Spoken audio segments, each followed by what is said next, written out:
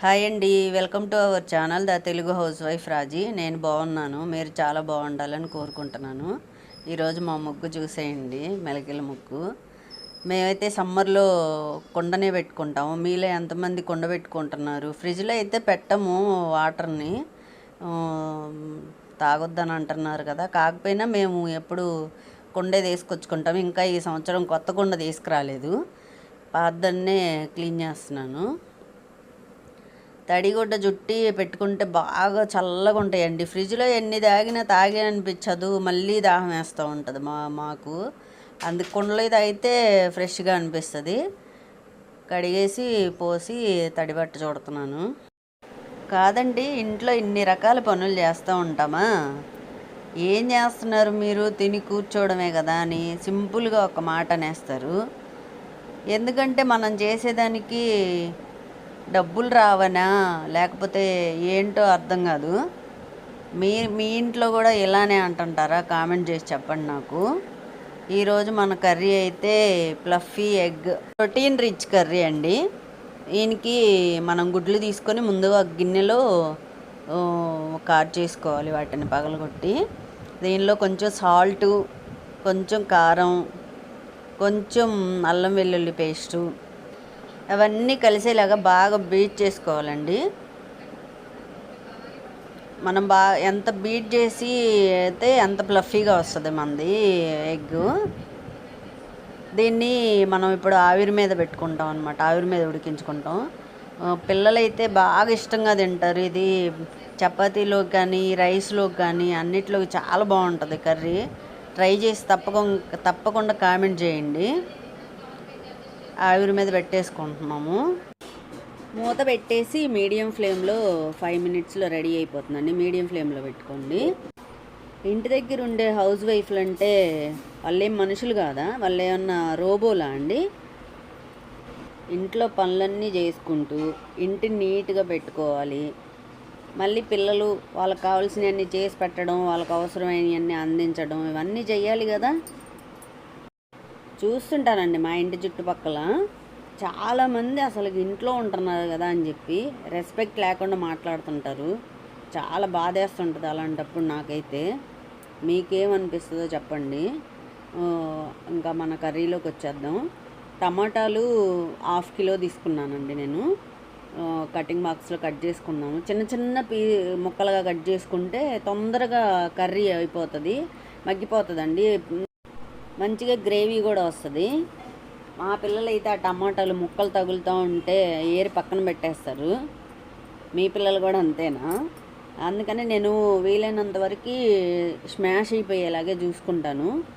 టమాటాలు కట్ చేసుకోవడం అయిపోయింది. ఓ ప్లేట్లో తీసేసుకొని ఆనియన్స్ కూడా కట్ చేసుకున్నాము.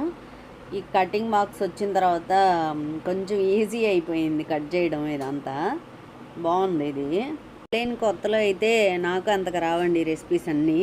ఈ పిల్లలు పుట్టాక పిల్లలు అది మేము తినం, ఇది మేము తినం అని వాటి మీద ప్రయోగాలు చేసి ఇప్పుడు బాగా పర్ఫెక్షన్ వచ్చేసింది. ఇంక మనం ప్యాన్ పెట్టుకొని ఆయిల్ వేసుకున్నాము. దీంట్లో ఎక్కువ ఆయిల్ కూడా అవసరం లేదు, 3 స్పూన్స్ సరిపోతుంది. ఎండుమిరపకాయలు వేసుకొని ఆవాలు, జీలకర్ర, మినపప్పు వేసుకున్నాము. ఈ ఫ్రై అయిన తర్వాత టమాటా ముక్కలు వేసుకున్నాము. టమాటా ముక్కలు వేసుకొని కొంచెం ఉప్పు, కల్లుప్పు వాడతానండి నేను, సాల్ట్ అయితే వాడను. కల్లుప్పు వేసేసి మూత పెట్టేసి ఇంకా మగ్గిపోతుంది. బాగా మగ్గిపోయిన తర్వాత మనం అప్పుడు ఎగ్ చూసుకున్నాము.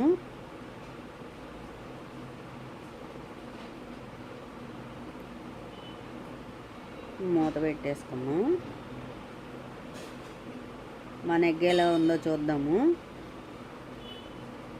ఒక స్పూన్ కానీ చాకు కానీ పెట్టి చూసుకోండి. అలా గుచ్చినప్పుడు అలా అంటుకోకుండా వస్తే మనకి పర్ఫెక్ట్గా కుక్ అయినట్టు. ఇంకా దాన్ని బయటికి తీసేసుకొని చిన్న చిన్న ముక్కలుగా కట్ చేసుకుందాం. పన్నీరు మనం ఎలా కట్ చేసుకుంటాం క్యూబ్స్ లాగా, అలాగే కట్ చేసుకోవాలి. చూడండి ఎంత ఫ్లఫీగా వచ్చిందో. దీంతో మంచూరియా లాగా కూడా ట్రై చేయొచ్చండి, చాలా బాగుంటుంది టేస్ట్. ట్రై చేయండి. నేను ఒకరోజు ఆ రెసిపీ కూడా మీతో షేర్ చేస్తాను. మనం ఇంకా మసాలా ప్రిపేర్ చేసుకుందాము. నేను ఏ రోజుకి ఆ రోజు ఫ్రెష్గా మసాలా వేసుకుంటాను. అల్లం వెల్లుల్లి పేస్ట్ మాత్రమే ఉంటుంది, వేరే ఏమన్నా వేసుకోవడానికి.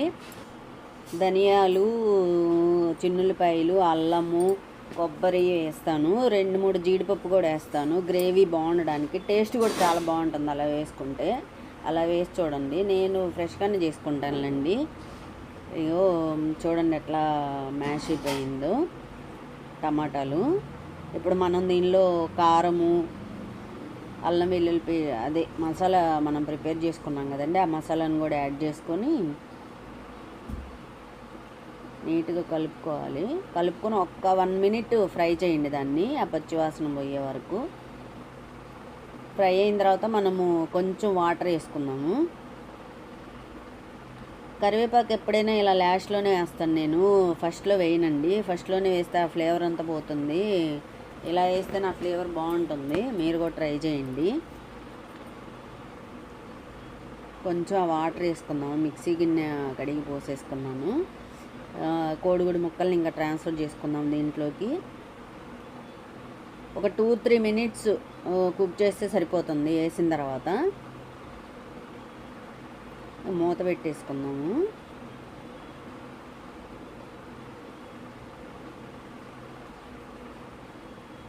చూడండి, చూస్తుంటేనే ఎమ్మీగా ఉంది కదా. కొత్తిమీర జల్లేసుకుందాం ఇంకా మనం. ఒక్కసారి కలుపుకోండి.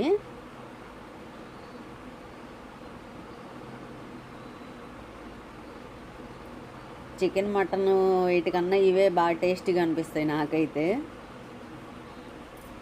పిల్లల బాక్సుల్లోకైనా, ఆఫీస్కి లంచ్ బాక్సులకైనా చాలా బాగుంటుంది. ఇదిగో నేనైతే ఆ రోజు చపాతీ చేసుకున్నాను.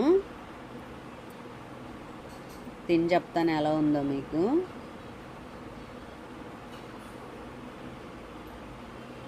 చూడండి, ముక్క వాటర్ అదంతా మసాలా అంతా పీల్చుకొని సూపర్ ఉంటుంది. ఏంట్రాజీ చూపించి మాకు పెట్టకుండా నువ్వే తినేస్తున్నావు అని తిట్టుకోవాకండి.